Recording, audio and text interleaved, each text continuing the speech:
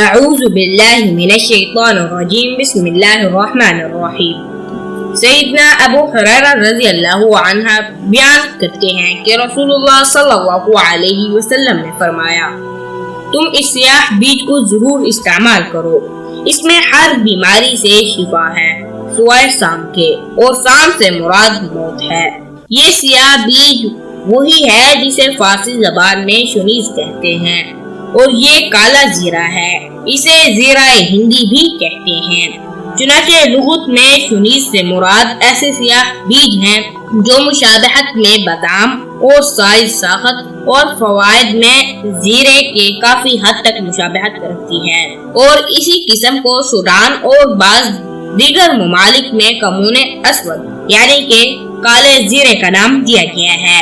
اس کے علاوہ نباتات کے متعلق بعض تاریخی آثار سے پتہ چلتا ہے کہ شنیز کی اس قسم کو سب سے پہلے ہندوستان میں کاشت و برداشت کیا گیا، جس کی وجہ سے اس کو زیرہ ہندی بھی کہا جانے لگا۔ ان بیجوں کا معروف نام ہندی زبان میں کلونجی ہے۔ اگر شنیز سے کالا زیرہ مراد لیا جائے جو کہ کلونجی سے علیحدہ ایک الگ نوع ہے تو یہ کئی وجوہوں سے محل نظر ہوگا۔ شنیز فارسی زبان کا لفظ ہے اور اس کا لغوی اطلاق انہی بیجوں پر ہوتا ہے جن کے بارے میں پہلے بیان ہو چکا ہے۔ فارسی میں انہیں سیاہ دانہ بھی کہا جاتا ہے۔ کالے زیرے کا معروف نام زیرہ کرمانی ہے اور اسے زیرہ ہندی قرار دینے کی کوئی علمی شہادت نہیں۔ مؤلف رحم اللہ کی مراد شنیز سے کالا زیرہ ہوتا تو وہ زیرہ ہندی کے بجائے معروف نسبت کرمانی کا ذکر کرتے۔ اس سے واضح ہوتا ہے کہ مؤلف رحم اللہ نے بھی شنیز سے کالا زیرہ نہیں بلکہ کلونجی مراد لی تھی۔ واللہ اعلم۔ شنیز یعنی کہ کلونجی تیسرے درجے میں گرم خشک ہے، ابخارہ دور کرتی ہے، کدو دانے نکال دیتی ہے، پھل بہری، چوتھیے اور بلغمی بخار میں مفید ہے، سدے کھولتی ہے، ریاح کو تحلیل کرتی ہے، اس سے معدے کی رطوبت بھی خشک ہو جاتی ہے۔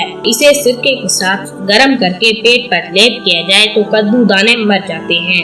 اسے تازہ اندرائن یعنی کہ تمے کے رس کے ساتھ معجون یا جوشاندے کے طور پر استعمال کیا جائے تو یہ پیٹ کے کیڑے نکالنے کے لیے بہت مفید ہے۔ شنیز معدے کی صفائی کرتی ہے، کیڑوں کی پیدائش روکتی ہے اور ریاح کو تحلیل کرتی ہے۔ اسے کوٹ کر صاف کپڑے کے ٹکڑے میں باندھ لیا جائے اور بار بار سنگھایا جائے تو سردی سے ہونے والا نزلہ جاتا رہتا ہے۔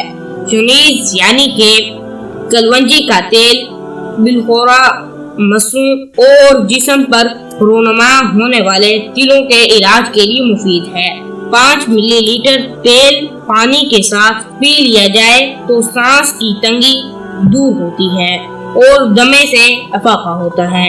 ٹھنڈ سے ہونے والے زکام کی صورت میں اس کا لیپ کرنا مفید ہے۔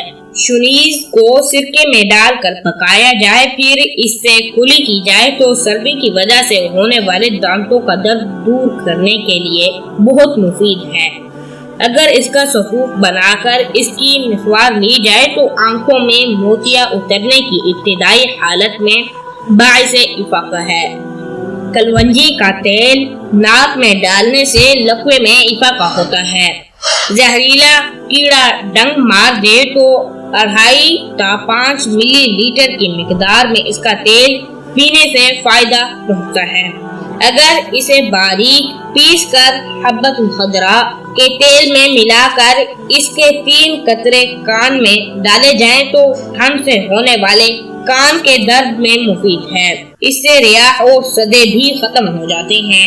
اگر اسے بھون کر باریک پیسا جائے اور زیتون کے تیل میں ملایا جائے پھر اس کے 3-4 قطرے ناک میں پٹکائے جائیں تو اس عمل سے ایسا نزلہ دور ہو جاتا ہے جس میں بکثرت چھینکیں آتی ہوں۔ اگر اسے جلا کر اسے منہ میں ملا لیا جائے جیسے روغن سوسن یا روغن ہنا ملا کر پگھلایا گیا ہو تو یہ امیزہ پنڈلیوں پر زخم بن جانے کی صورت میں بہت فائدے بخش ہیں۔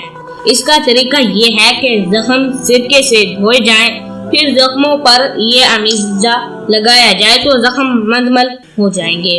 اسے باریک پیس کر سرکے میں ملایا جائے، پھر اسے پھل بہری کے داغوں یا سیاہ داغوں یا پھنسیاں داد پر لگایا جائے تو یہ اتنا مؤثر علاج ہے کہ اس سے یہ بیماریاں دور ہو جاتی ہیں، جیسے باولا کتا کاٹ جائے اور مریض کی ابھی یہ حالت نہ ہوئی ہو کہ وہ پانی سے ڈرنے لگے تو شنیز کو کپڑے میں چھان کر روزانہ 6 گرام کی مقدار میں ٹھنڈے پانی سے کھلایا جائے تو انشاءاللہ اس سے اتنا فائدہ ہوگا کہ مریض ہلاک ہونے سے بچ جائے گا۔ اگر اس کا تیل ناک میں پکایا جائے تو انشاءاللہ بدن سے فالج اور تشنج کا مادہ ختم ہو جائے گا اور صحت بحال ہو جائے گی۔ شنیز کی دھونی دینے سے کیڑے مکوڑے بھی بھاگ جاتے ہیں۔ دوستو آج کے لیے صرف اتنا ہی۔